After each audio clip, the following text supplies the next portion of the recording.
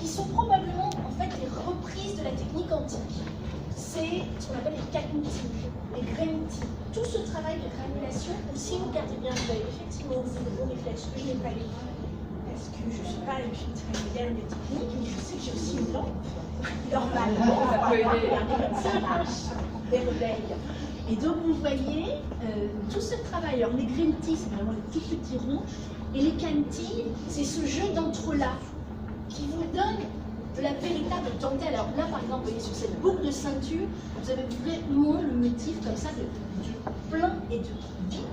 Et c'est avec une autre, à part, d'ailleurs une autre part, vous voyez, la belle améthyste avec les deux mains. Donc, il faut imaginer qu'il y a une chaîne, hein, donc ça c'est un autre bijou.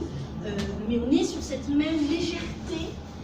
Et si vous regardez, vous voyez la poids d'or, on n'est pas dans l'épaisseur, lourdeur du métal, que ça coûte moins cher.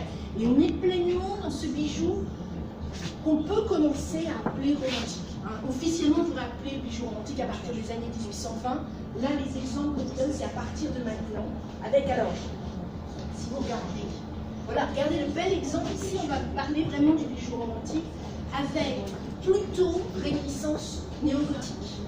Donc, c'est des jeunes d'arc, c'est des anges, c'est des dragons, des chevaliers. Donc, on continue un peu ce que je vous ai dit. Vous voyez, il y a encore un peu l'argent.